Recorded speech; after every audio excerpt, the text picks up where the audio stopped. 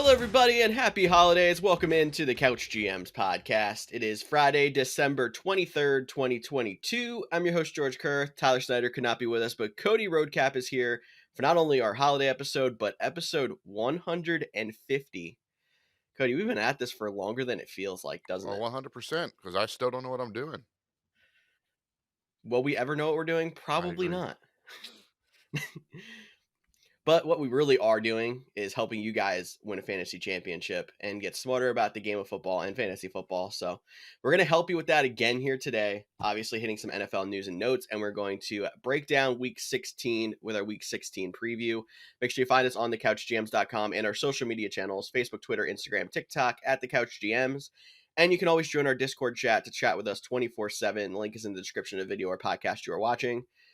All right, Cody, why don't we just jump right into this packed episode with NFL news?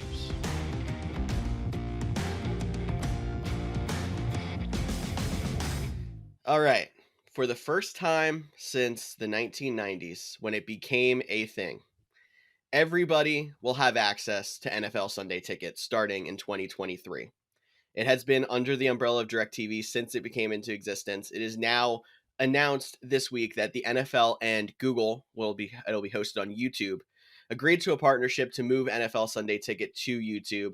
It'll be part of an add-on on YouTube TV, or you can buy it separately as a channel on YouTube Primetime. So, I mean, we don't know the price yet or anything else, but even yet, this is a W for sports fans just because of not having to get locked in with a satellite service just to get all of your out of market games. Now, anybody with the internet can pay for and get these games. I think it's a win just in that case. 100%. Great news for the fans. Great news for the NFL, racking in a whopping $2 billion a season for this service. So, if you were hoping that it was going to be cheap at a price tag like that, it probably will not be. Uh, but the good news is, like George mentioned, you have access to it a lot easier than having to get it on. YouTube is the number one social media company in the world. A lot of people don't think of it like that. So that's another win for the NFL and couch GMs everywhere. And the other thing about that $2 billion a year that they are pulling in, they already announced that this deal will raise the salary cap for next season already. So some of these teams in cap trouble will see a little bit of relief.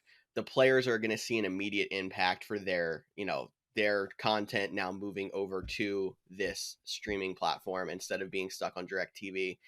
Huge moves in multiple ways for the NFL here. For sure, 100%. And I think we kind of got a hint of this coming when the winter meetings happened a couple weeks ago, and they're like, "We're not going to actually tell you what the salary cap projection is for next year. We haven't figured it out yet."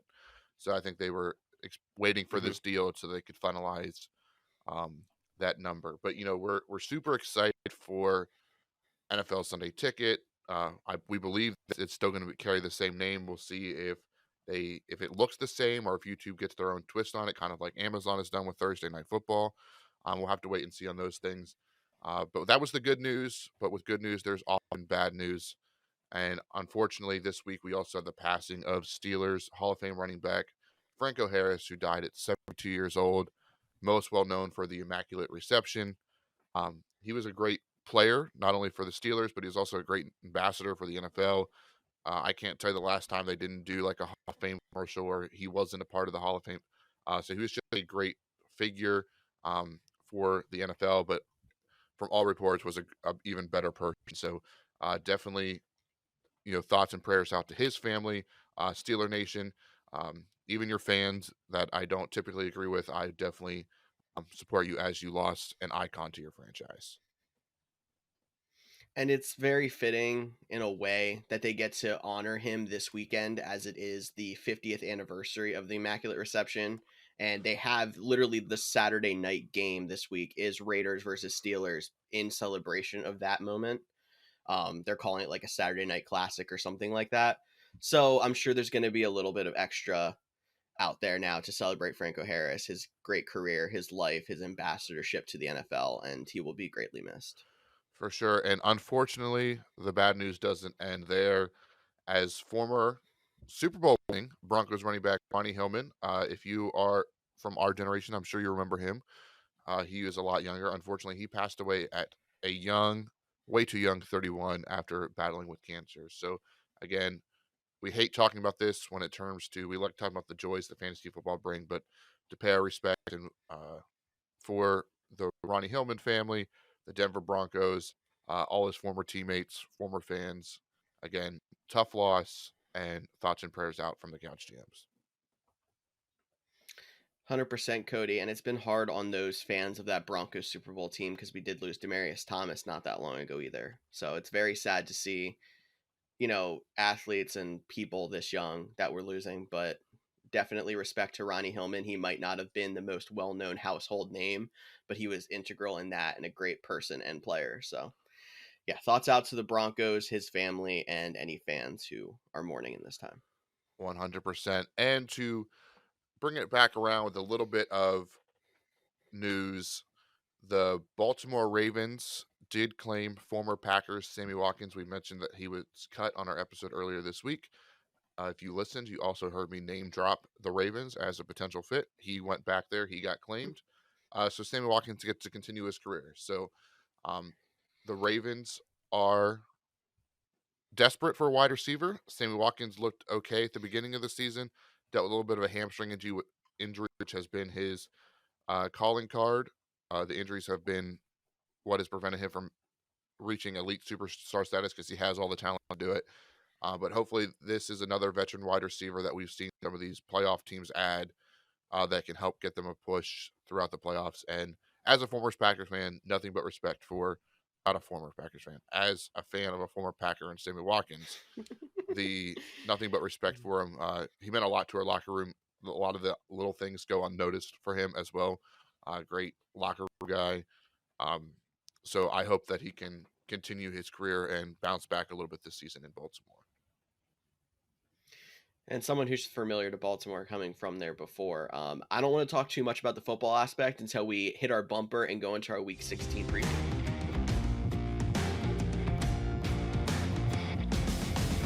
And obviously, hitting into that because our first game in the 1 o'clock Saturday window, got to mention Saturday, is the Atlanta Falcons traveling to those Baltimore Ravens. Sammy Watkins is expected to be active and go, especially after they lost another wide receiver, Devin Duvernay, for the season with a broken foot. So there's a chance, because he is familiar with the locker room and the system to an extent, he could jump in and get significant snaps right off the bat. Considering it's what him and I'm trying to even think of who the other guys they have are right now. They're pretty thin. Yeah, it's Sammy Watkins. Demarcus Robinson, Yeah, and James Prochet. Who cares? don't do the Um, SMU guy that's like a that. But yeah, that's about where it's at with them after losing yeah. Deborah Duvernay. Lamar Jackson is still out. Um, so the Ravens, this it looks like as taking a step outside of fantasy. This looks like a matchup you would chalk up for the Ravens. If they played 10 times, 9 out of 10 times. Well, the state of the Ravens, this could be that 1 out of 10 times, and the Ravens are on the brink of losing out their playoff spot. They got passed by the Bengals for the division lead the past week, and as long as Lamar's out and their offense continues to struggle, their defense has been okay this season, but they've given up a lot of plays through the air. Uh, Ravens fans have to start to worry, um, especially if you're already out of the fantasy playoffs and you're just rooting for your favorite team, like myself and you're a Ravens fan. It could get ugly. I will say though, this is a winnable game still for them, despite their offense struggling, and they are 2 games ahead of eighth place in the AFC. So with a win, they're still 2 games ahead with 2 games left. So that would be they're virtually locked into a playoff spot if they get one more win. And this is the most likely place for them to get it. So they're going to be trying hard regardless. Obviously, we said Lamar out. Huntley is not a fantasy play, and he's been struggling. But the running backs have still been effective, and they're in a positive matchup. It doesn't seem to matter the fact that they score 3 points in a game, 10 points in a game. Like J.K. Dobbins, since he's come back, has put up 2 100-yard games. He's somebody that you can still rely on in fantasy in a good matchup. Maybe you throw out a Gus Edwards because you think that there's a chance they run the ball 35 times, and that's not going to be all J.K. Dobbins. But the receivers, besides Mark Andrews, because he's a tight end and you kind of need to hope he just gets you a 10-point game, you're not touching any of them. Yeah, I mean, I'm not even playing Gus Edwards or Kenyon Drake for that matter. As the But I'm playing J.K. Dobbins. I mean, his 2 games back, he went Mhm. 13 for 125 and 15 for 120 and a tutty. So he's been balling out. He's been back from his injury, so he's definitely in your lineup until further notice. We'll mention really quickly here, it's not going to affect this game a ton, I don't think, but the weather also in the Northeast right now is an absolute disaster. Cody and I are sitting here dealing with rain and wind at the moment. It's supposed to get absolutely freezing overnight. So some of these games tomorrow are going to have like sub-zero wind chills. I know Cody has some of the numbers that he can mention. Um, Not something you should completely frame your fantasy day around, but something to keep in mind if you have options in warmer climates that are just as good as your options you're thinking about playing, in my opinion. I don't know, Cody. What do you think? Yeah, so this isn't the worst of them. We're going to talk about some more, but just currently, um, Saturday, 22 degrees with up to 20-mile-an-hour wind. So that's relatively good and the Ravens are at least an outdoor team. We'll talk about some of the teams that Mhm. are going to be hitting the negative numbers in terms of wind chill. Um, Now the wind chill will drop that into the single digits, but again, the Ravens should be okay. But just know there's a there's a threshold in the NFL um, where wind is always the biggest factor. I would say rain and wind. Wind is number one, rain would be second, snow would be third, and then the coldness would or the temperature would be fourth. Except when you get those outlier games where your single digits temperature real feels in the negative, or even on the opposite, which we're not going to be talking about now, is the 90 degrees, 80% humidity when you're playing in Jacksonville and Tampa Bay at the beginning of the season. That does have Yes. effect. So with these potential outliers, it is something to worry about, but it also does fall in line to something we've been talking about on the playoffs all season long. Unless it's going to be 30 plus mile an hour winds, don't get too cute with the weather. Exactly. And we'll talk about games that we think might have a problem. Got to hit the Falcons side of the ball really fast before we move on. I know it's a good matchup for wide receivers against Baltimore, but I don't think I'm confident enough to play Drake London. And the running backs are an interesting case because I've been, fighting for Tyler Algier on the waiver wire this week and stuff, and he's been solid. But Cordero Patterson is still receiving 50% of the touches. Where are you going with those and technically a bad matchup against running backs? Find someone else. If I had to pick one, it would be Cordero Patterson. But I'm like flipping a coin on that, so it's not like I'm pounding the table for if. Would not be surprised if I was wrong and it was Algier, but if you made me pick one, it would be Patterson.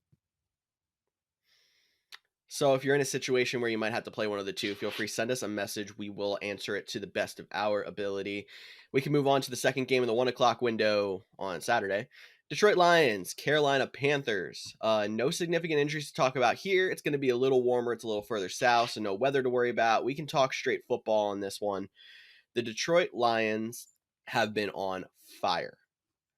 And I think the biggest question with them right now is who's going to be wide receiver two. You still got Amra St. Brown going out there doing his thing. Even in a tough matchup last week, he had a solid game. You can play Jared Goff, but it's like, is it DJ Chark? Is Jamison Williams starting to step it up? Are you playing either of them anyway? Where you at? All right, for the Lions, in terms of the receiver, Ross St. Brown would be the guy. And then I'm still going to say DJ Chark. Jameson Williams has had one big touchdown in his 2 weeks back. DJ Chark is still out snapping him, is still getting more targets. Not saying Jameson Williams get more acclimated and start getting some of those because they draft him so high, but it was a pretty significant injury. Uh, the more I watch, the more I think this is more of like letting him get his feet wet in the NFL and then let him really hit the ground running as they come back next year, or if they make a deep playoff push, a month from now, he has some snaps under his belt. But for this matchup, it would be Amon St. Brown is a no-brainer, and then if I need a flex play, it would be DJ Chark. But I do think there's some better options out there. I'm with you on that one. Finally, the running backs. Both of them. Both of them. Okay. It is a good matchup. I could see both of them being very effective. It's you're not really expecting a boom out of either unless you just get lucky and grab a touchdown. That's where I'm at, but you're hoping both of them have solid days. Panthers side of the ball. So Detroit has been a solid defensive matchup for offenses most of the year, but lately it's been a little bit better. They're probably more towards a neutral as of the last like 4 weeks. The numbers are still a little skewed from the beginning of the year. So I guess the biggest weapon on Carolina is either a toss up between DJ Moore or Dante Foreman. Where are you at on both of them? So DJ Moore, he has been inconsistent A to say roller the coaster? least. Inconsistent. I mean, week 14, he had like half a point. Week 15, he had 13. Week 12, he had six, like double digits, and then he had 3 straight games prior to that of less than 3.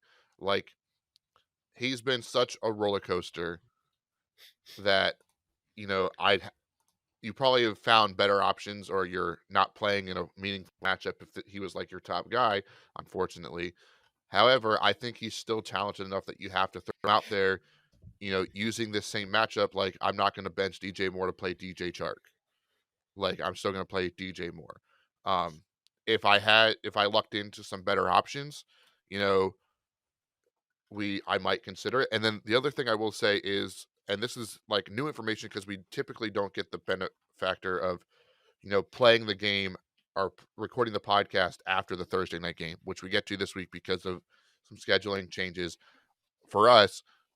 But Garrett Wilson, he was a guy that riding high on. He had a pretty poor Thursday game. That could make a guy like DJ Moore, if you're debating between who you're going to play, DJ Moore probably has the higher upside than your safe, 8 to 10 point guy on the bench.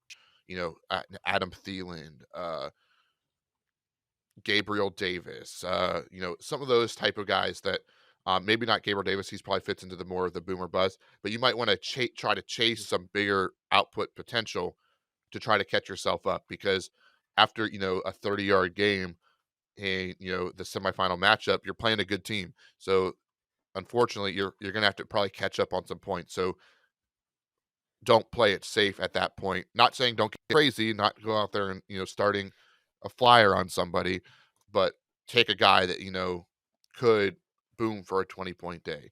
And DJ Moore still falls into that category. Especially in this matchup. Like I've been talking up Detroit and they deserve it, but they are still not the greatest defense out there. So I'm with you. That's a good way to put that. Just to talk about Foreman for a second, he's still been getting majority of the carries. He's been less effective than Chuba Hubbard, so I'm trying to avoid him and Hubbard if I Agreed. can.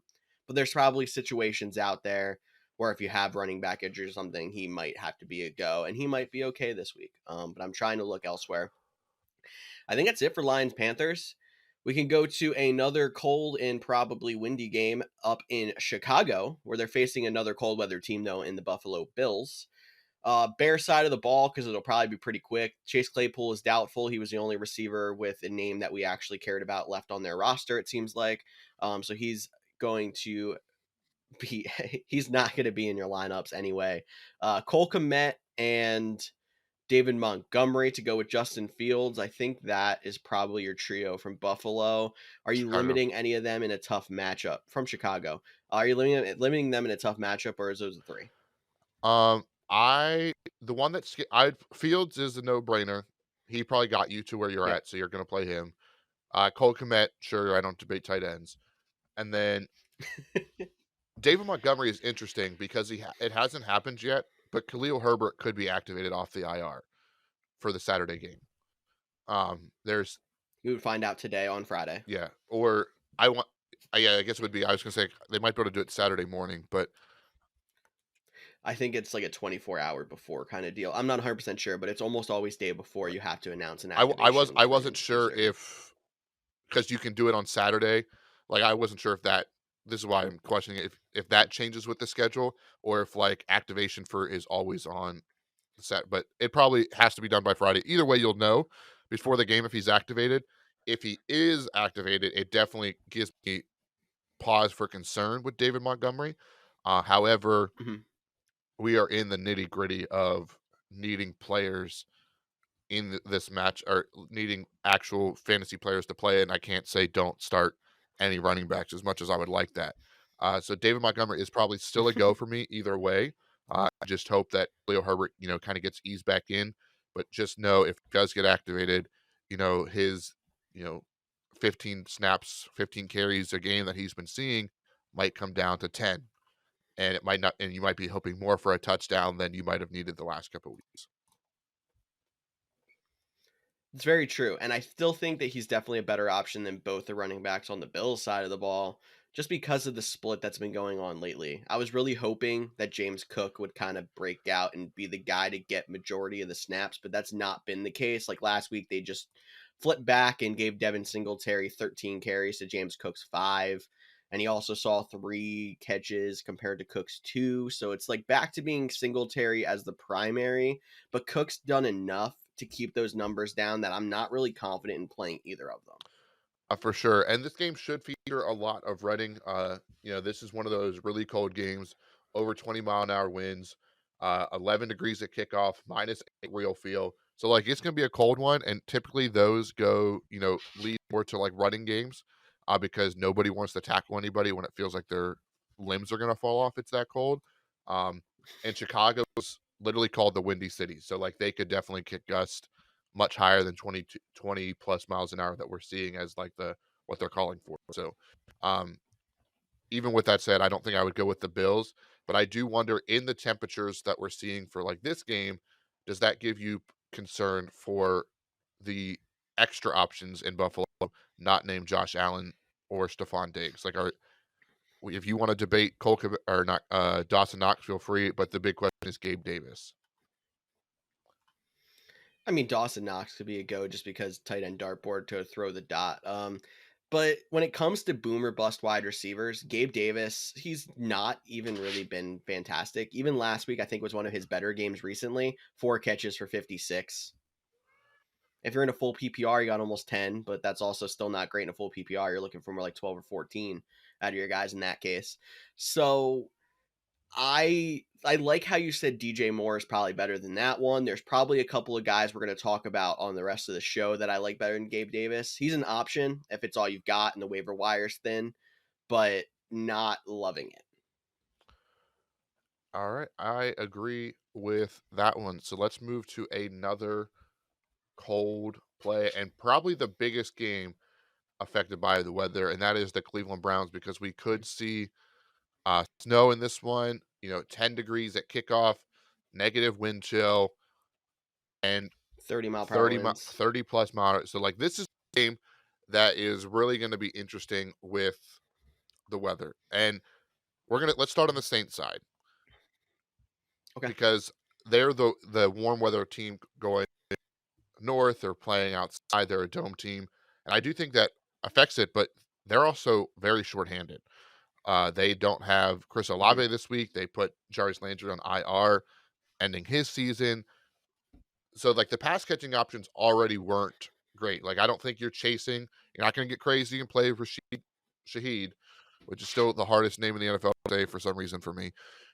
Uh, the tight end, he had a pretty good week last week. John Johnson, I think his first name is John. I hope it is. Jawan, Jawan. You're close close. enough. I know it Yep. was JJ. Yep. He had a decent Yep. game last week, so you could probably throw him on the dartboard.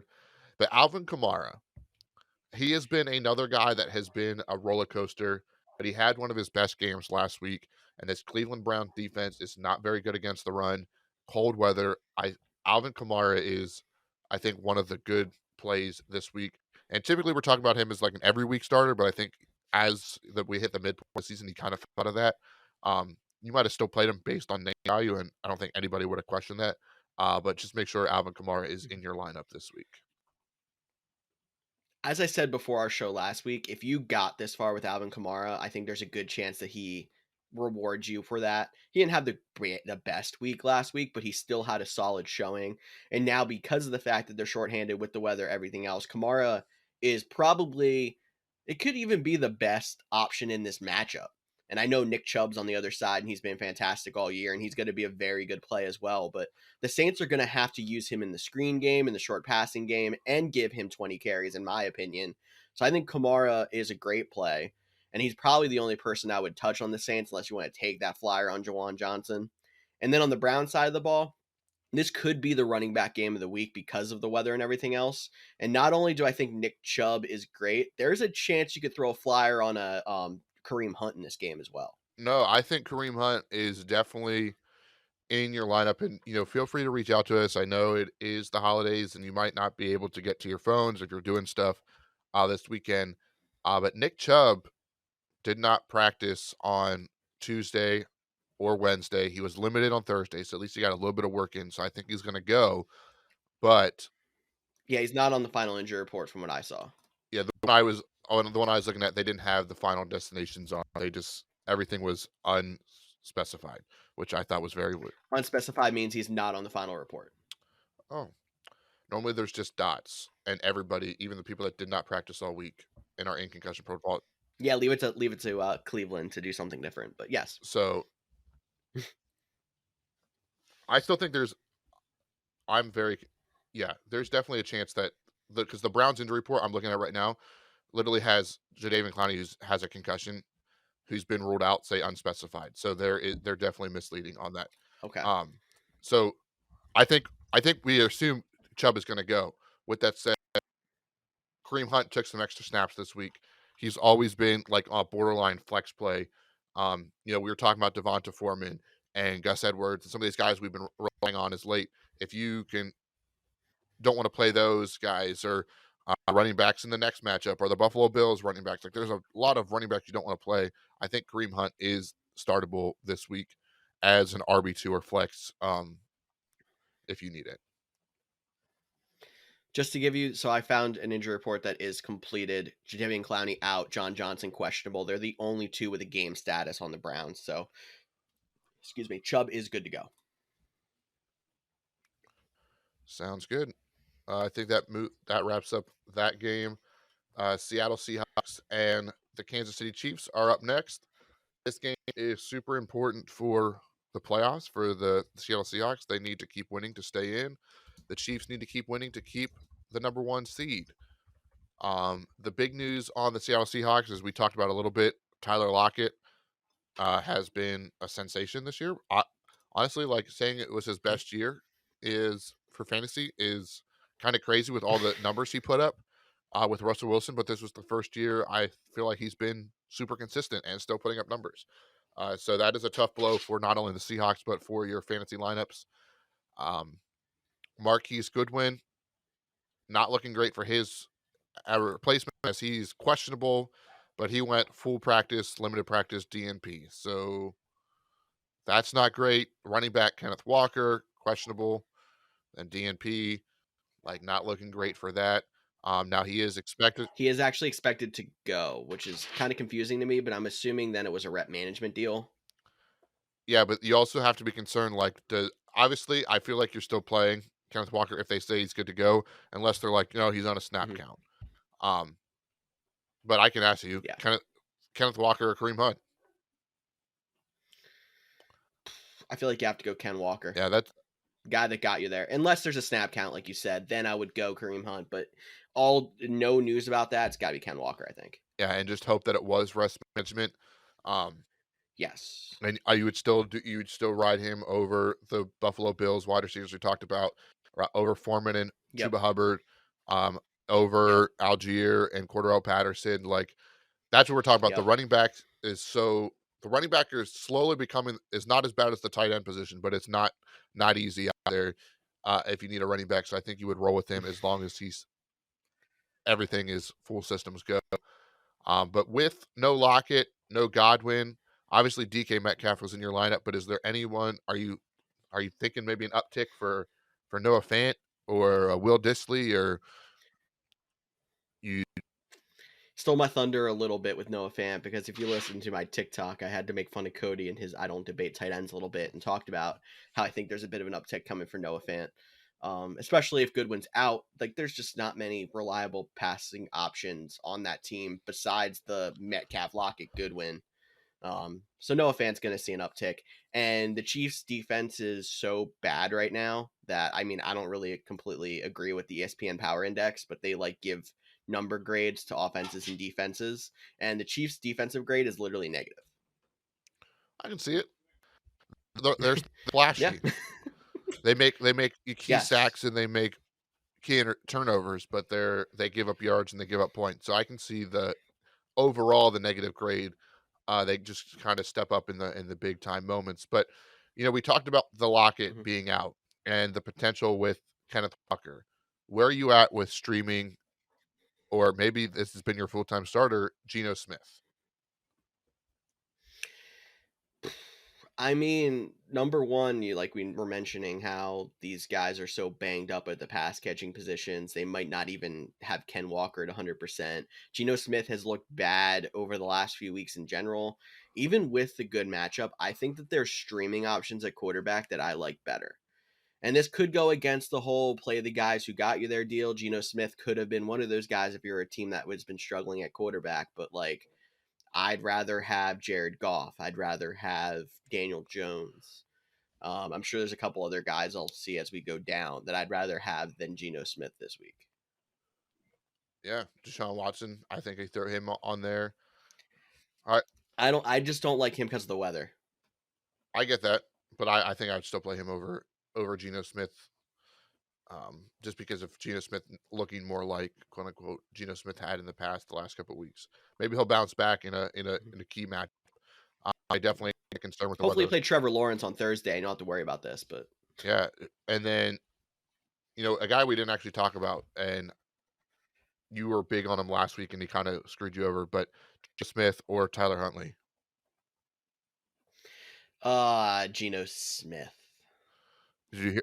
I have a whole rant that I made about the Ravens offense not using their players properly that I will spare our podcast audience. But if someone wants to hear it, go ahead and message us. I'll forward that whole thing. It's a good time. I didn't see this rant. I have no idea what you're talking about. So this is fine. I'll send it to you too. Perfect. It's a good time. Awesome. All right. So Kansas City side, Patrick Mahomes, no brainer. Travis Kelsey, no brainer. I think Juju is a lock. Are you really playing Travis Kelsey? He's only outscoring tight end 2 by 100 Yeah, I know points. it's a tough call. I think Juju Smith-Schuster as finally aligned himself as the number 2 pass catching option there, behind Travis Kelsey. So I think he's in your lineup. Um, Yep. the Seattle Seahawks do give up some points to the wide receiver. The question is, which running back or neither running back between Isaiah Pacheco and Jerick McKinnon? You're not even going to give me the both option? Sure, if you want it. I don't think you would take it. Sure. Both. Wow. So, like, the thing is, I'm in on Jerick McKinnon at this point. Like, they seem to be, an offense that's using the pass catching running back a lot. McKinnon's still getting some carries. They're facing the 31st ranked defense against running backs. Isaiah Pacheco has not been flashy by any means, but man, if you've been desperate for a running back, like I have been in a league or two, he's getting you 10 plus points every single week. Last week looked ugly. He got you 10.6, if I'm not mistaken. Like, I'll take that if I need a running back fill in. So don't force either of them into your lineup, but go ahead, play them both. Yeah, I think that is interesting. I mean, Pacheco has seen uh, double digit carries dating back to week 10. So that's now 6 games of double digit carries. In those 6 games, he only had 4 of them. He saw double digit points. So, like you mentioned, it is a good matchup. So I didn't give you the option at first, but you talked me into both. So I like that. Okay. Um, any other Chiefs you want to highlight? No, I think I'm good. Kadarius Tony's going to be coming back, but don't put him in your lineups, please. I know the name is fun, but don't do it. We can move on to the New York Giants going to the Minnesota Vikings. Dome game. Don't have to worry about the cold weather up in Minnesota for this one, and no significant injuries that I saw. So I said I'd play Daniel Jones as a streamer, and Minnesota, as good as they are record wise, have been giving up points, struggling a bit on the defensive side, and just coming up clutch on offense and winning their games all that way. So the matchup's not awful for the Giants. It just stinks that the Giants literally have two options to play in fantasy, and it's Daniel Jones and Saquon Barkley. No love for Darius Slayton in a really good matchup. I mean, I don't hate it. He's probably my Adam Thielen this week. The guy who's like the last guy I would flex. If he's better than that, you're good. If he's worse than that, you're stretching it maybe. I think that's a good way to put it. Okay, in this exact matchup, you had Slayton or Thielen. Slayton. Okay, see, there's not. Ask me the other one. Ask me the other one. uh, KJ Osborne. I would probably slightly lean KJ Osborne. Bro, that's wild. He had one good game. I mean, I get it. It could have been a one-off, but some dude just got 16 targets. Like, I feel like 16 targets doesn't just disappear. Yeah, also don't think you throw it 900 times because you forgot that a football game started and you had to catch up from 33 points. That's fair. Also, I do find it super ironic that the Vikings play on a dome. They're having a whiteout game this week, so they're wearing their all white jerseys, except their helmets will be purple. Um, Mhm. and they put out a promo, and they had it snowing indoors for their whiteout game. I was like, I don't understand. Like, you complain about having to go to Green Bay in the winter, but then you build a hype promo literally by having it snow indoors for your whiteout game. So Spoiler alert, they're going to actually play the game outdoors at the University of Minnesota now, right? hopefully, I mean that's a cold game if you remember that one back to that Oh, that yeah. playoff game. Blair Walsh missed that chip shot field goal to keep the Seahawks in the playoffs. Great times as a Packers Yep. fan. But let's back to fantasy wise and the actual Minnesota Vikings that will be playing. George said KJ Osborne over Adam Thielen. I would still ride with Adam Thielen despite only seeing 3 targets. He still did get in the end zone last week, but I would play Darius Slayton over both of them if I had to pick between guys in this matchup. Dalvin Cook, he's another guy, a little bit inconsistent this year, Mhm. but too valuable not to play him. And then Kirk Cousins, where does he fall on your streaming option this week? I also put him above Geno Smith. Probably just below Daniel Jones and Jared Goff, but he's above Geno Smith. Yeah, I'd have him above Geno Smith for sure. The Daniel Jones one is like definitely a coin flip. I'm like debating like, do I want the running Mhm. ability or do I want probably 3 touchdowns? And I think I'm going to go with Kirk Cousins and take the 3 touchdowns. It's a 1:00 game. We should be fine. Yeah, that's true too. It is a coin flip. You can, if you have both, either spin the wheel or go with your gut. If you have one or the other, you're probably fine either way to play both of them. That's where I'm at. I think that can wrap up Giants Vikings. And we got a game, I think the furthest north game in the 1 o'clock window. Cincinnati Bengals traveling to the New England Patriots. I believe this is another one of the games with the sub-zero wind chill. Cody can look that one up as I start talking. Patriots side of the ball, they're still very beat up. Damian Harris and Rondre Stevenson both questionable.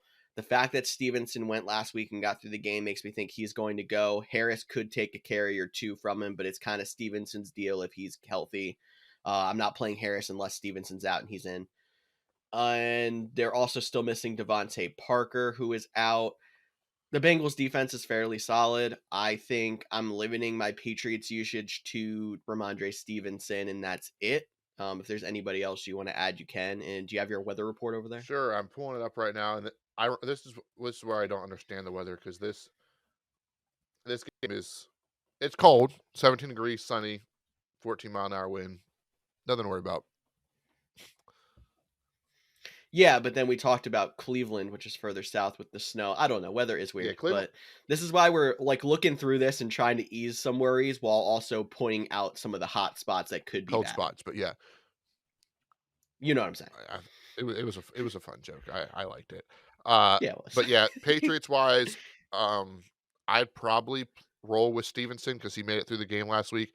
But this Bengals defense is pretty good against the run. Um, so he's right on the edge. Do I play him this week or not?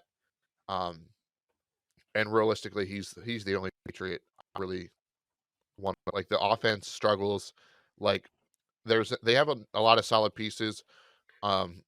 Aguilar, Jacoby Myers, Hunter Henry, but it's like it's such a guessing game of which one's going to catch a touchdown or which one's going to be more involved this week. I mean, Devontae Parker's not there as he's out, like George mentioned, but he's still that makes it a little easier to guess. But I think Stevenson's the only guy I'd roll with from the Patriots. Yeah, if you're desperate, Jacoby Myers could be a guy, but I'm trying to avoid it in this matchup. Bengals side of the ball, they're fully healthy except for have a questionable Hayden Hurst. He's somebody who you probably played at times at tight end, but it's not exactly a huge loss when you consider the position and how he is kind of just there. They're healthy otherwise. So, T. Higgins and Jamar Chase are both good. Joe Mixon is good. It is a tough matchup, but this is a high powered offense that I think is still going to put up some points, and you just don't want to overthink it. Yeah, your question for the Bengals it should be: do I play Tyler Boyd or not? Everyone else can be in your lineup. And I mean, the thing about Tyler Boyd is like you might say, yeah, you probably don't play him in this case, and I'd advise trying to avoid him if you can, but you never know if he's going to get the long touchdown. Like last week, we had a question from Andrew who was like Jahan Dotson or Tyler Boyd. Dotson ended up having the better game, but Boyd still got his touchdown and ended up having a fine game. Maybe this week he doesn't do that, but it's so hard to predict. For sure. That's why he's the only question mark. But just because we're doing it, Tyler Boyd or Darius Slayton. I'll go Darius All right, Slayton. all right. One last 1 o'clock game on Saturday. Again, reminder: the games we played majoritarily on Saturday is the Houston Texans at the Tennessee Titans. Thank God Tyler is not here because he would spend the next 20 minutes telling you about all the injuries and whatnot for the Titans. But what you need to know is Ryan Tannehill is out. They are most likely putting him on IR to end his season. So gutsy performance getting it out with the ankle, but does not look like it will recover in time. So Malik Willis is back as the starting quarterback. They did get some help in the passing game as Traylon Burks is officially questionable, but was a full participant all week, so he should be back out there. But the big thing to take away from the Tennessee Titans is Derrick Henry. Like, obviously, I know like you weren't even going to question playing Derrick Henry, but this guy has 3 straight 200-yard games against the Houston Texans. The Houston Texans are still really Mhm. bad against the run. I know they're dealing with injuries up front, and I know Derrick Henry has been hit in the backfield more than usual. But it's still divisional. It's still a team that Derrick Henry dominates. Would not be surprised like if it's like a 27-24 Texans win and Derrick Henry still has 200 yards. Like I'm because the Titans have been rough as of late, but don't like be like, oh my god, all these injuries. Let me consider not playing Derrick Henry. Don't do that. No, and I mean, when they've played Malik Willis in the past this season, they don't pass the ball. Like I feel like he had 10 passing attempts in one of the games, maybe 15 in another. Cody can look up the exact numbers, but it's low. It's not good. So like if Tannehill was in there, I would consider playing Traylon Burks in this matchup. With Willis, I'm not. Chig has been a decent tight end streamer these past few weeks. I'm trying to avoid that if I can this week. Like, but Derrick Henry could still go for 307 touchdowns. Maybe that's a little bit aggressive, but you get the idea. So ironically, his most completions in a single game, and he's played Mhm. in um he's played I think he there was a couple games where he didn't or he like did like some wildcat stuff. Uh so Yeah. but it looks like he has thrown a pass in at least 5 games. His highest completion Yep. percentage or number of completions was 6 against the Houston Texans. He went Huh. 5 of 16 against the Kansas City Chiefs. He went 6 of 10 against the Houston That's a bad defense. and he went 6 of 10 against the Houston Texans in week 8. So, So don't play any pass catchers on Tennessee. Not that you were really loving playing any of them anyway. Like I said, Burks could have been a decent play, but with Willis in there, don't overthink it. Just play Derrick yeah, and Henry. also like don't be like, "Oh, Malik Willis in and he's going to start running the ball a lot." And you know, No. his highest rush total was against the Kansas City Chiefs, where he had 40 yards, and he finished with 7.2 fantasy points. So he is not even remotely should be considered for your regular lineup. If you need a super cheap option in daily fantasy and you want to take an extreme flyer, sure. I mean, if you like losing money, that's fine. But I can see why you might do it in that scenario. But rough outlook for the Titans, who basically it looks the way the Jags are playing will come down to that final week of the season, Jags Titans, to see who wins the division. Um, and that is not the reason Tyler missed this week's episode. He is not that sad about. I mean, he's very sad about the Titans, but it is not the reason he missed. So don't think he's like chickened out because the Titans lost. That's not the case. Houston Texans side though, Seriously. uh, Brandon Cooks is questionable. He might come back after, I believe, a 2-week absence. His replacement, Chris Moore, who has had some decent numbers the last 2 weeks, is also questionable. Nico Collins is out. Uh, there is a quarterback split between Davis Mills and Jeff Driscoll, I believe, will still continue this week. Wasn't that splitty last week, though? That's true. I'll try to grab you some numbers while I keep talking. It wasn't as number, but they both saw some action. Think Jeff Driscoll as Taysom Hill. Like, that's how you should look at it. Damian Pierce Pretty is much. Driscoll was 2 of 4 last week and had 4 carries.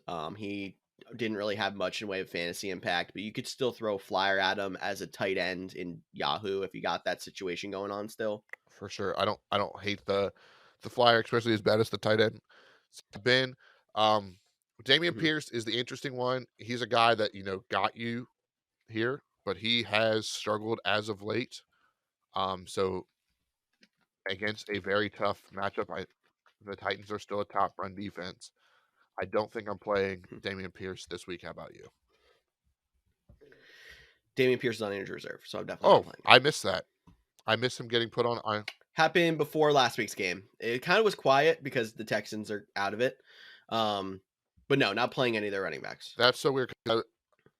I totally missed that, and I swear I saw a quote from Lovie Smith. It's like he was talking about Damian Pierce, but the way he was. Now that I think back on it, I can't remember the exact wording.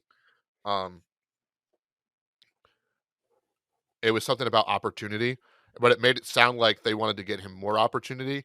But I think now looking back on it was like, we were thankful for the opportunity or something like along those lines. Like he didn't use the word thankful, but it was more directed it that way. So definitely no Damian Pierce. There's no Rex Burkhead then.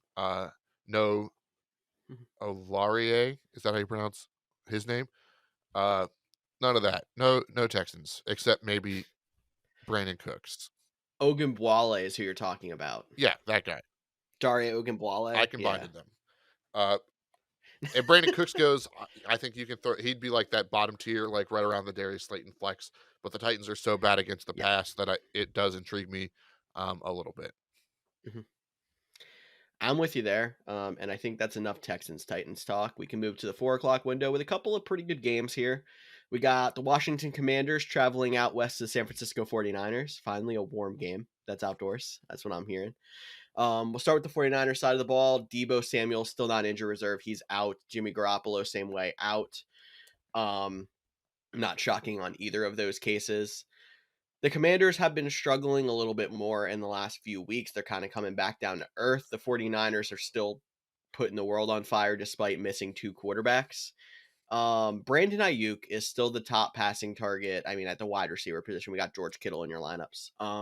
But he struggled last week being that wide receiver 1. Do you think it was a matchup situation, or are you still good with Brandon Ayuk going forward here? I mentioned it. I said it last week. It does concern me because there's no Deebo. It has to be Brandon Ayuk. And it does concern me this week. I would play Brandon Cooks over Brandon Ayuk if that helps you out a little bit. Because I am concerned. However, I feel like I'm extra high on Brandon Cooks for some dumb reason.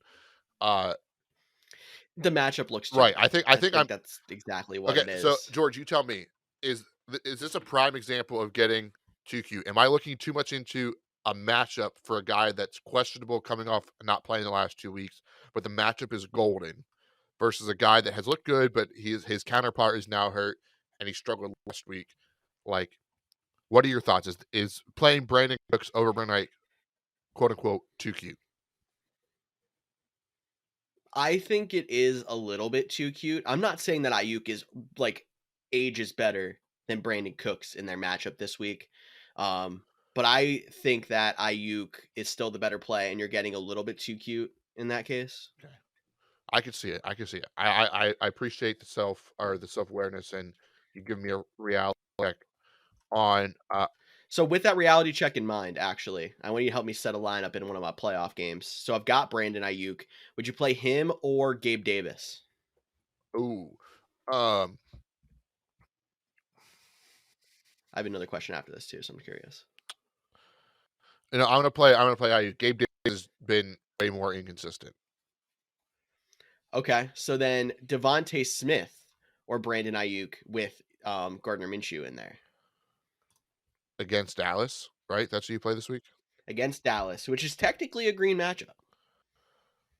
Oh, this is a fun one.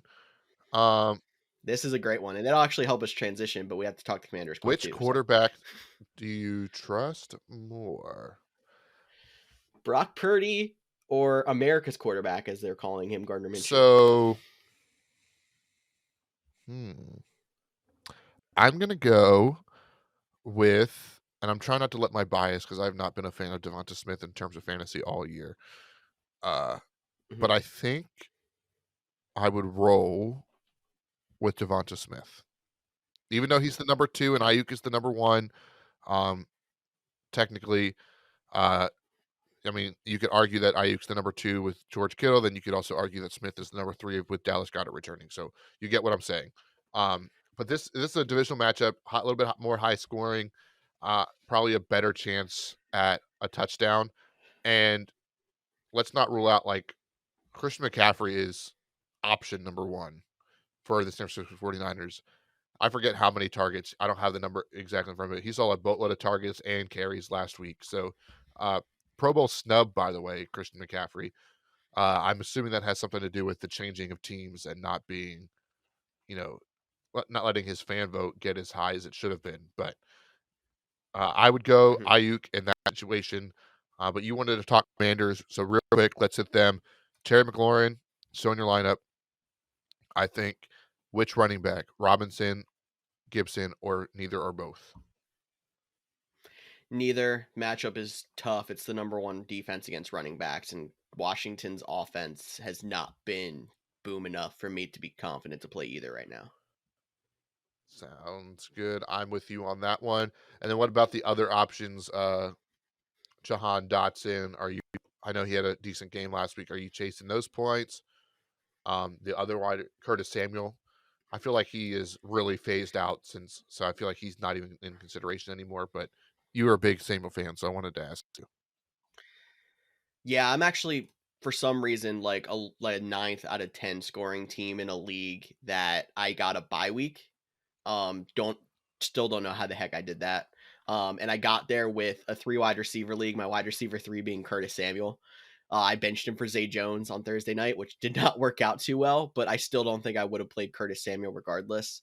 Jahan Dotson is one of those boomer bust guys that kind of falls in the same line as like a Gabe Davis. If you saw somebody play Zay Jones or Christian Kirk on Thursday and you think you need a boom and you don't really have great options at that wide receiver two or flex position, he could go in your lineup and you hope for that long touchdown.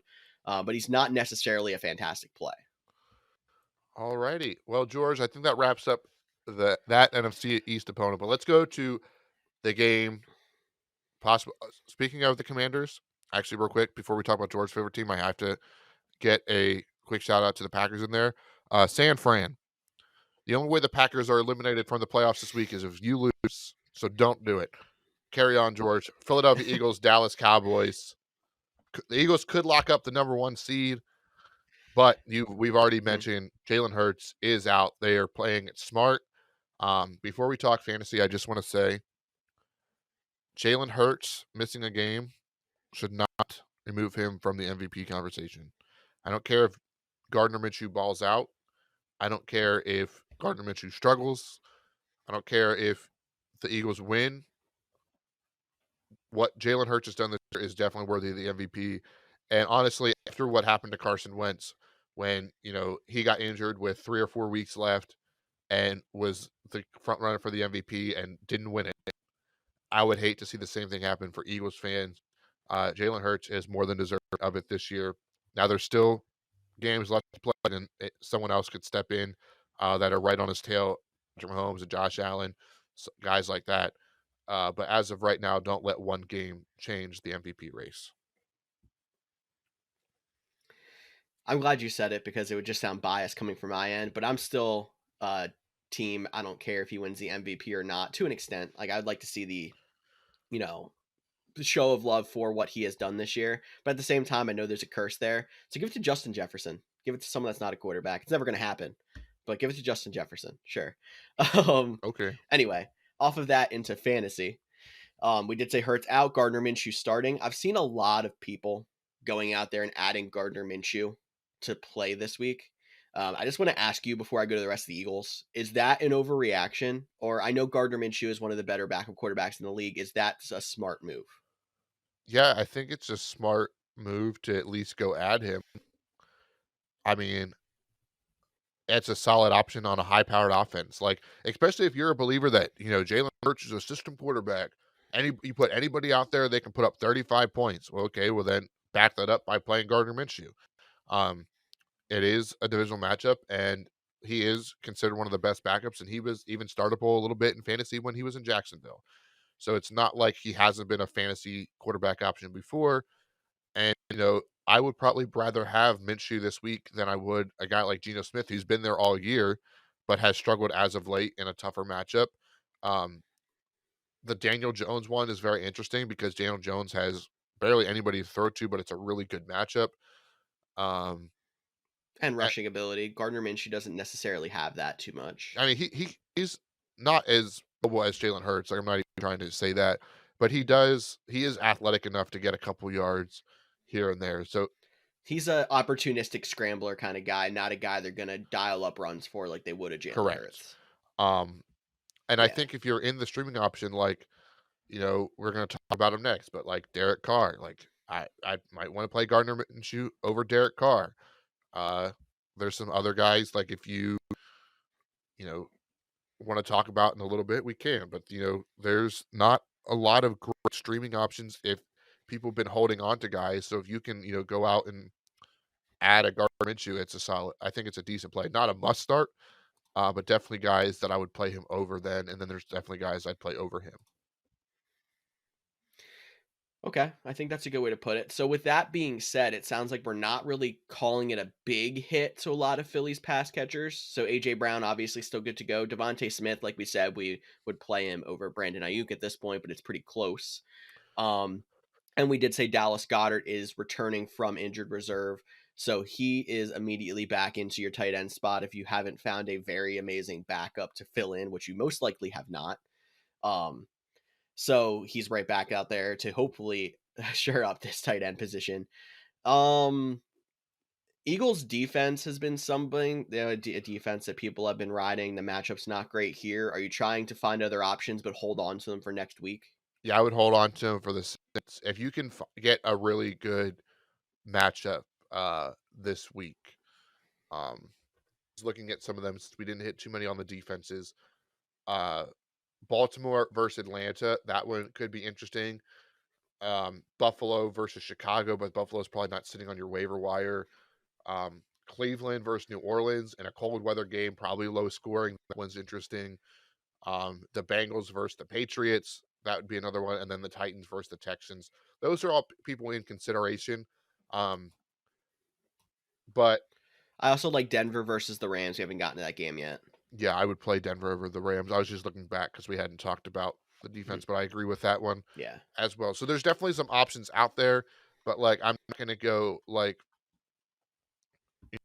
49ers, another team that's probably not owned, are probably already owned, so you're not going to guide them off the waiver wire. So if you have to roll with the Eagles, like they could probably still get enough sacks, even if they give up 30 points, that they'll still have at least a solid, you know, they won't hit the negative in terms of fantasy. Yeah, you'll probably see like a 5 to 7 kind of number in that case. Running backs, I think you're still sticking with just Miles Sanders, and I think Miles Sanders might see a bit of an uptick in touchdown potential without Jalen Hurts there to steal some goal line touchdowns, Just in but time for Boston not a Scott. huge move needle. Yeah, it'd be the I'm time for not Boston playing him. Scott or Kenny I'm not Gainwell to playing steal a either of touchdown, them, but but no, they're gonna no. get to the 5-yard line, and then Kenny Gainwell is gonna get the rushing touchdown, and that'll be of his 3 carries, and Mhm. fantasy players are gonna pull their hair out. Pretty much what always happens with the Eagles offense, but we can move to the Dallas side of the ball. CD Lamb still good. Um, you can play Dalton Schultz, obviously, because of the tight end position. Running backs, I'm going to throw you the question this time. Zeke Pollard, both or neither? Both with an asterisk. Asterix. Okay, what's the asterix? This is a really good run defense. I know they've given up some points in the past. It's another skewed number, also. Right, They started bad, they've been correct. good. And they've gotten some veteran help. They're getting Jordan Davis back into the mix. Like they're getting better.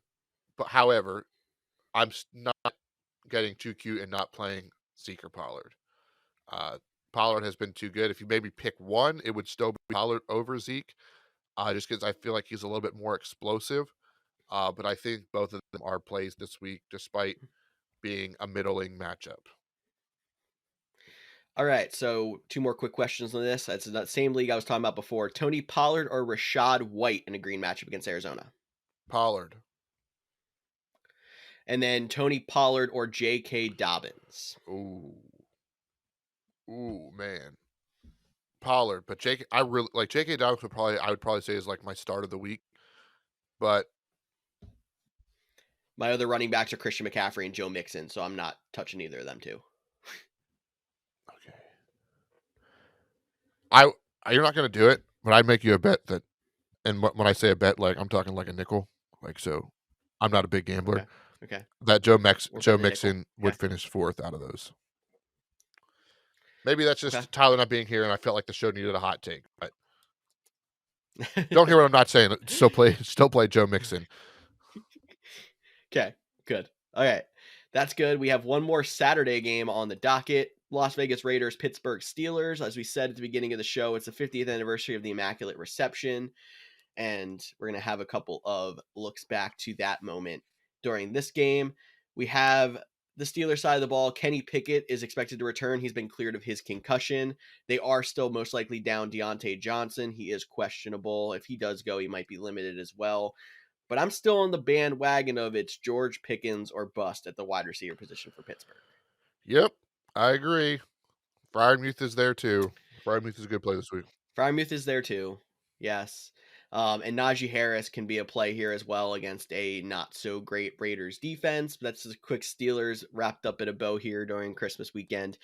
Raiders side of the ball, Devontae Adams, Josh Jacobs, and Darren Waller had a great game coming back from injured reserve. He's good to go as well. No one really to debate in this game unless you want to talk about Mac Hollins. I don't want to talk about Mac Hollins. I'm glad you said that because I do not either. Moving on to Christmas Day, 3 games on the docket for Christmas, 1, 4, and 8:30, if I'm not mistaken. First game, Green Bay Packers, Miami Dolphins. As Cody passes it off to me for the Eagles game, I'll pass it off to him for the Packers. Sweet. So, taking a step back from fantasy, the Packers don't have to win this game to make the playoffs as long as the Commanders don't win. But it sure would help their chances. And this is a good game. Now, there is some weird stat that like Rodgers is not very good in the state of Florida. I don't understand why. I think normally because we play the teams the very first week or first 3 weeks of the season because they're normally the AFC teams. In the last 2 times we played Tampa Bay, it's been week 3. But we did win in Tampa Bay earlier this year. With that said, Rodgers still isn't a streamable option for me. I believe he's still yet to have a 300-yard passing game. They do so Correct. much on the ground, and it's a lot of short passes, and um, they're just not the big play, deep threat team that we're accustomed to with Aaron Rodgers, which is fine. But he don't play him as a streamer. AJ Dillon clearing concussion protocol was huge, especially with Aaron Jones being limited with knee injury. Dillon, I'm going to ask that question in a second to George. I have to do it right now. AJ Dillon, Aaron Jones, both or neither? Oof. With how good Dylan's been lately, I feel like I have to say both. Now I know Dylan's stats were probably a little bit skewed last week, 2 touchdowns, but he put up 20. So if you take those both away, he had what, an 8-point game. One's probably more common. He would have had 14. Like that's still a solid day. And Aaron Jones is still the guy seeing the volume, so he's got to go. So I'll go with both. I think it's going to be a fairly high scoring game as Yeah, well. AJ Dillon has had 16 or more points the last 3 weeks, so I think he's reached that Yeah. both category. And the Miami defense is not the best in turn, like they're not the best defense. So like there is points to be had there. Like this game could be a little bit high scoring. Um, I know if you had Christian Watson that helped you carry you to the playoffs, his 42-yard performance last week probably was a little bit of a disappointment. Romeo Dobbs got back last week and he got into the action. Um, Mhm. I think Watson is the only guy that would play, and I'm not like even saying he's a lock. I think he's a really good flex option because he has the big playability. But this team just, Mhm. between Dobbs, Watson, Tunyon, Lazard, Cobb, like there's just not a true. It's like what we saw in Kansas City for a lot of the season. Like Watson is the closest thing to being like the number one, but they throw the ball around to so many different options. They get the running backs involved. There's just not a lot of opportunity for it. So you're guessing which guy catches a touchdown this week. That's pretty much what it is. It was almost better when there were guys out when it comes to fantasy terms because you could pinpoint, oh, the only guy healthy this week is Christian Watson. The only guy healthy this week is Romeo Dobbs or, Randall Cobb, who I think had 1 or 2 games where you would have considered starting him because of all the injuries. So, yeah, it now at this point, you're basically limited to the running backs or maybe a dart throw at Tunyon if you're desperate at tight end in a deeper league because of the fact that they can spread the ball out so Yeah, much. that's a deep dart throw. Like Tunyon has been like a 2 to 3 catch game guy. So Yeah. like you're really banking on a touchdown, but that's the tight end market. So I wouldn't. I'm not doing it, but if you did, I'm not going to question it. On the Miami Dolphins side, uh, Tyreek Hill, Jalen Waddle, no brainers. Raheem Mostert, Jeff Wilson is limited, and George, you got to talk me off Raheem Mostert. 'Cause all I see is 2019 NFC Championship flashbacks where they didn't have to, and he just ran all over us. I think he's a great play this week. Is how bad the Packers' run defense has been. Um, any thoughts on the Dolphins running back? No, I mean, as you said, the matchup is prime. Even against Buffalo, he put up 16 points last week. That's probably a little bit high when you consider there's a chance that Jeff Wilson comes back. He was a limited participant in practice on Thursday. We're into games where we don't have the final injury reports, but we can kind of see where we usually do. Um, there's a good chance I think that you can play both if Jeff Wilson's good I to go. agree. Um, yeah. I don't I knew you wanted me to talk you off the ledge, but we're looking at a lot of running backs who are kind of borderline guys that are in good matchups this week, and this is just another pair of them. Yeah, I think that's a great way to put it. So this should be a really good Christmas Day game. Um, unless like the Packers no show, which I don't want to think it that way. But could be a lot of fun back and forth. I don't see that happening with how they've been better Could lately. be back and forth, a little bit higher scoring. And then we Mhm. follow it up with Broncos, Rams. And George, I'm just gonna lip them both together. Is there anybody Yep. we're playing in fantasy? Ben Skoranek is DNP, and then Nope. Latavius Murray went limited to DNP. Cortland Sutton is limited.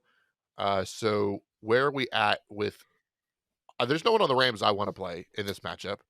Um, and then the Broncos, Yeah, like I no. feel like we're debating Jerry Judy, and how much do you think Jalen Ramsey will follow him and limit him? So I think Judy's better in this particular matchup if Sutton goes, because that's probably going to take a little bit of the Jalen Ramsey, split it up a little bit, or you go hope that he goes with Sutton. So I think Judy might be a possibility. I'd like to say play Latavius Murray because he's kind of been a savior for all these teams that haven't been good at running back. Like I know my girlfriend Bree has in a playoff matchup where she's been riding Latavius Murray for weeks, and last week she played Latavius Murray and Jerick McKinnon. A playoff team played Latavius Murray and Jerick McKinnon and won. So like it's been that kind of, yeah, he's just kind of keeping you afloat. But if he doesn't play, I'm not touching a Broncos running back. I don't trust Marlon Mack enough. I have to mention on the Rams side of the ball, Cam Akers, because I know some people have been getting back on the Cam Akers bandwagon. You don't play him in a bad matchup here against Denver. So I think we're really limited to Jerry Jeudy, and I like it better if Sutton goes. Yeah, and then the thing with Latavius Murray is he's the Christmas Day game. So if he's questionable or game time decision, you literally only have 2 games after him to pivot to. And I don't think you're pivoting to Mike Boone. So No, you can. I mean, let me just try to see if there's any guys like Rashad White might be a guy you could pivot to. One of the 2 Colts backs, if they're still available, they could be guys Deion Jackson or Zach Moss. Why did that blank that for a second? I think they're the 3. If you have them on your roster also, and you want to go Latavius Murray because he's been a guy that's kind of helped you through the stretch, you can try to sit out and hope he goes and then play one of those other 3. But those are the only guys. yeah, I'm with you. All right, so our last matchup on Christmas Day, the Buccaneers and the Cardinals. The Cardinals continue to battle injuries as now Colt McCoy is out, so Trace McSorley will be starting. Hollywood Brown is a limited participant with McSorley and him being the best passer. You still rolling out. I feel like you still have to play Andre Hopkins, but there's like a big pit in your stomach that like you feel like it's a bad move. Yes, that is 100% true. In the same league, I keep bringing up to you with all these lineup questions. My wide receiver 1 is DeAndre Hopkins. So hoping that Devontae Smith play doesn't come back to bite me, because you might need a boom in a situation where Hopkins might only get 8. At the same time, we've seen Hopkins play with all kinds of quarterbacks in his career, and he's been good and brought their level of play up. So you just got to get the ball and hope that McSorley can get the ball in his area and it'll be good. But I'm limiting the pass catchers to Hopkins because I know he has that ability. Not convinced Hollywood Brown can. Greg Dortch is out of there, that kind of deal. No. And then James Conner, he's still good to go, even though it's not the best matchup. Yes, and James Conner's been someone we haven't talked about much, but has been a savior lately. And I know the Bucks matchup's bad, but he's a guy who's gotten you there and has to stay in your Cool. lineup. Then on the Bucks side, Julio Jones, limited participant. Tell me when you haven't heard that one before. Every single episode. I think this one is very interesting to me. Like you could have Tom Brady, you could have the Chris Godwin, Mike Evans. Like I feel like everybody on the Tampa Bay Buccaneers side is definitely worth mentioning as a potential start this week. Yeah, so Mike Evans didn't have the most catches out of the Tampa Bay receiving corps, but he was second in targets last week. So it was nice to finally see that resurgence after last week. I mentioned how like he hasn't scored 10 points in about a year and a half. Chris Godwin was still tied for the lead in yards with Evans, so I think he's good to go. I'm not going out there and trying to push a Russell Gage comeback game. He was the leader in targets. Both running backs are in the works with Fournette and White. Maybe they're even better plays than Godwin and Evans in some ways, because I feel like they could get up on the Cardinals and then run the ball more.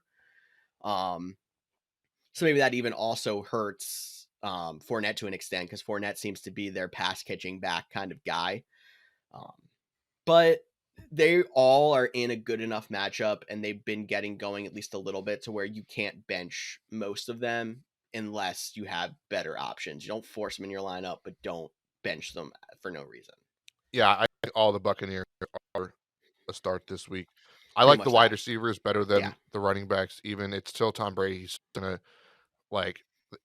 gonna throw it until they're up 35. Like that's He did throw 44 passes last week. That's probably not going to happen, but I could still see 30, even if they're up pretty big. And Cade Otton, the Cardinals are the worst team against the end, so you could throw him on the dartboard. Yes. All right, but one last Thank matchup, and we got to get out of here. Los Angeles Chargers, Indianapolis Colts.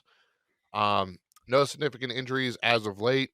The big one we talked about on the Tuesday show, Jonathan Taylor to IR, meaning Zach Moss and Deion Jackson. Chargers run defense is really bad. If you're in a consolation bracket game or a game like that or daily fantasy, I actually don't think you can count. Typically, you can't play Monday Night People on daily fantasy. It's just the Sunday slate, or in this case, the Saturday. So scratch that from the record. Um, have fun and playing one of those guys might be interesting, but if you're in a matchup that counts, I don't think there's any way you can play Deion Jackson or Zach Moss this week as like a watch me do this to win the. I mean, you'll probably get, if you post your lineup, it'll probably get reshared a lot if you win off of one of them on Twitter. So if you want that kind of fame, feel free. But other than that, I'm out on the Colts. But the big news I forgot to mention, Nick Foles is starting for the Colts this week. So Does it make you like Pittman anymore? maybe I don't. I that offensive line is so bad. Matt Ryan has not played great, but like they've gotten like pressure on him, and like they've gone to one statue quarterback to another statue quarterback. So It's fair. I think I like Pittman about the same. Like he's probably still being played in most matchups as like a wide receiver 2 flex option. But what we had hoped for in those big games out of Pittman are probably out the window. You're probably just hoping for him to get his 10 to 12 points. Which might be all you need in your situation, but you don't want to go into Monday Night Football being like, oh yeah, I need that boom 18 out of Pittman, and you're most likely not going to get a boom 18 out of Pittman, but you never know. Moving to the Chargers side of the ball, it's been very nice seeing Keenan Allen and Mike Williams both back, but obviously we're still having those boom and bust weeks out of both of them because that just seems to be how it works. This could be a game where they both go off, but the Colts defense is at least offers some resistance. Austin Eckler, obviously, in your lineup. You still have Gerald Everett there to be a tight end that has been fairly reliable. And Justin Herbert, I don't think there's anyone really crazy on this one. Nope. Jared Everett's on there as well. You can even throw the Chargers defense as another option if you need a streamer this week. They haven't been the best defense, but this team has been rough, and they lost their best player. They're going for their third quarterback of the season, so lot of moving pieces. But I think that wraps up the Saturday, Sunday, Monday slate. So 3 straight days of football. Should be a lot of fun. Best of luck if you are in a semifinal matchup this week, or if you're in the first round of the playoffs because your league does not have the playoffs end the week in week 17. You haven't done in week 18. I'll get that fixed for next year. But as always, thanks for listening. We've talked about it numerous times. Feel free to reach out. Tyler always says this podcast is so much more fun for us and so much more fun for you when you get involved. And of course, we want to wish you a happy holidays. Happy holidays to all of you guys. And if you all have been a listener from the beginning, thank you all for listening into the Couch GMs podcast. 150 episodes. Absolutely wild ride. I went back and listened to a couple minutes of episode 1 and realized how bad I cringed because we just had no personality and felt so tight, and how we've come so far with not only the show format, but our personalities have come out, and so much has changed. And we saw the same goals we did at the beginning to help you guys win fantasy championships. So thank you all for listening in and for all of your support. For Cody Roadcap, I'm George Kerth. Happy holidays, and we will see you all in the fantasy championship. Boom, nice choo-choo.